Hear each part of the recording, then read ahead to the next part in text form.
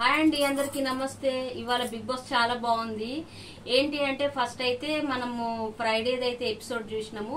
దాంట్లోనైతే కొద్దిగా వీళ్ళంతా గ్రూపిజంగా ఎవరెవరు మన నిఖిల్, పృథ్వీరాజ్, యష్మి అండ్ సోనియా మాట్లాడుకున్నారు. తర్వాత ఇంకా మన ప్రిజ్మా వాళ్ళ జీన్స్ అండ్ లెగ్గింగ్స్ వీళ్ళు యాడ్ చేసి వాళ్ళకి లేడీస్కి ఇచ్చిండ్రు. వాళ్ళు వేసుకొని మోడలింగ్ లాగా చేసి చూపెట్టిండ్రు.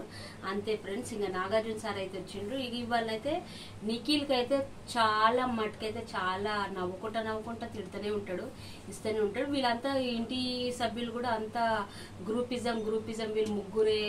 ఎవరు నిఖిల్, సోనియా, పృథ్వీరాజ్ వీళ్ళే అన్నట్టు అని అన్నారు. ఇంకా హీరో అండ్ జీరో టాస్క్ అయితే ఉండే గేమ్ పెట్టిండు చిన్నది. ఎవరైతే హీరో అయితే వాళ్ళకు ఆ కిరీటం పెట్టాలి, జీరో అయితే ఎక్స్ మార్క్ పెట్టాలని.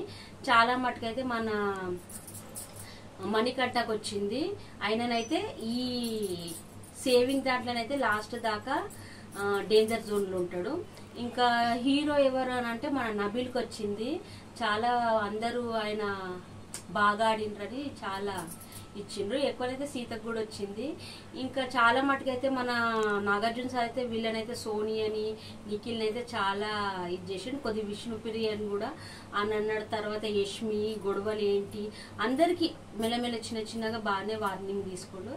ఇంకా ఇదైతే అయింది ఫ్రెండ్స్. ఇంకా ఈ సండే ఎలిమినేషన్ అయితే ఎవరైతారంటే నాకైతే ఆదిత్యన లేకపోతే మణికంఠ, వీళ్ళిద్దరైతే డేంజర్ జోన్లు ఉండరు. నామినేషన్స్ అవుతాయి కావచ్చు. ఆదిత్యన్న కూడా సరిగ్గా ఆడతలేడు. ఇంకా మన మణికంఠనైతే ఇంక ఏడుస్తూనే ఉంటాడు, వాదిస్తూనే ఉంటాడు.